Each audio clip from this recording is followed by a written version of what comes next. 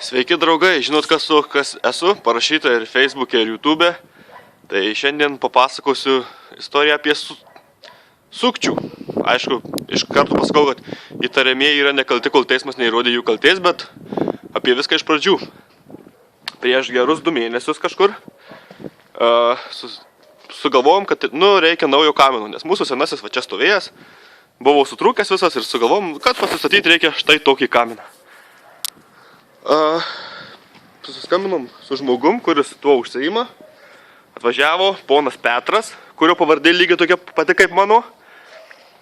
Apie tai istorija dar irgi bus atskira. Ponas Petras.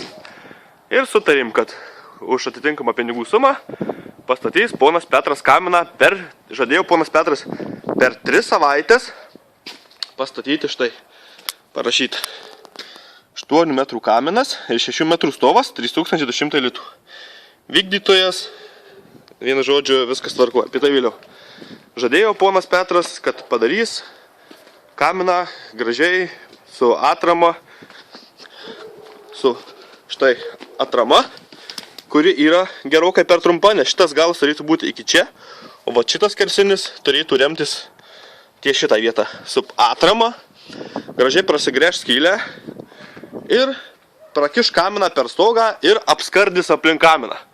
Štai, kaip matom, kaip puikiai apskardino, tiksliau sakant, prapjovė skylę ir viskas. Ir pastatė kaminą ponas Petras. Mes jau kai statėm, sakėm, ponas Petrai, kaminas bus per trumpas. Ne, ponas Petras yra profesionalas ir jisai žino, ką daryti. Štai mums pastatė 8 metrų kaminą. Kai pečių tik užkuri, tai visi dūmai eina praktiškai į vidų. Toliau ponas Petras tuoj nueis į vidų, parodysiu, kaip puikiai padarė perėjimą iš pečiaus. Na štai atėjau prie pečiaus ir štai ponas Petras. Sako, pastatysim kaminą ir duosim gofrus. Įkišit į sieną ir užmausit ant pečiaus. Ir sako, čia viskas bus labai gerai. Persinešam pečių. Gerai, kad žiema neužklupų netikėti kaip kelininkų. Ir štai ponas Petras kaip puikiai pasidarbavęs. Nežinau, ar labai matosi. Čia plyšys yra maždaug pirštas telpa ir čia maždaug pirštas telpa. Bet čia dar nieko, čia apkišom asbestu. Bet visas džiaugsmas prasideda tada, kai bandai gofrą užmaut ant perėjimų. Ir ką jūs galvojat, ar telpa? Žinoma, kad ne. Tai va, paskambinam ponui Petrui. Tai ponas Petras sako, tai gal tada apvyniok atskardą, aš atvešiu rytoj. Tai pono Petro rytojus tęsiasi jau 2 savaitės kažkur. Keliaukime ir vėl į lauką.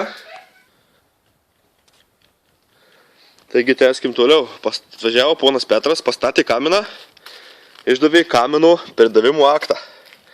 Kai matom, yra bendrovai Politerma, uždaroji akcinė.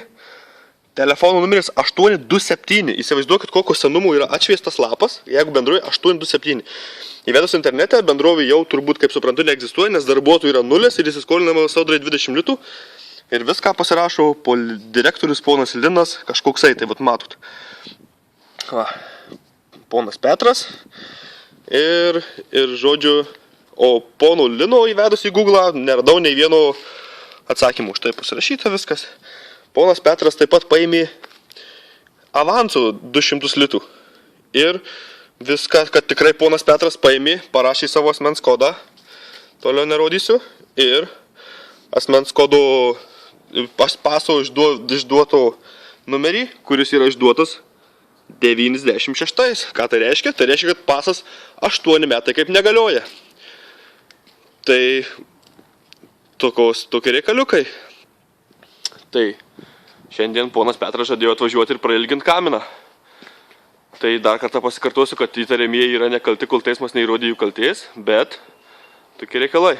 Dar taip pat vakar paskambinau, ponas Petras žadėjo atvažiuoti tik taip po savaitės, bet kadangi pono Petro vardas ir pavardė yra tokia pati kaip mano senelių, tai čia prieš keletą metų buvo tokia istorija, kad žmonės ieškojo su policija mano senelių, nes ponas Petras su tokia pačia pavardė kaip mano senelių ir vardu pastatė kažkam tiksliau, paėmė pinigus ir nepastatė kaminų, tai policija ieškojo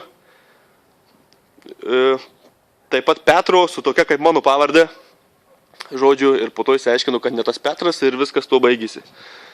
Tai apie pono Petro darbus patys suprantat. Tai šiandien tiek, specialiai laidai Vyckos rytų suktinis. viską iš savo namų.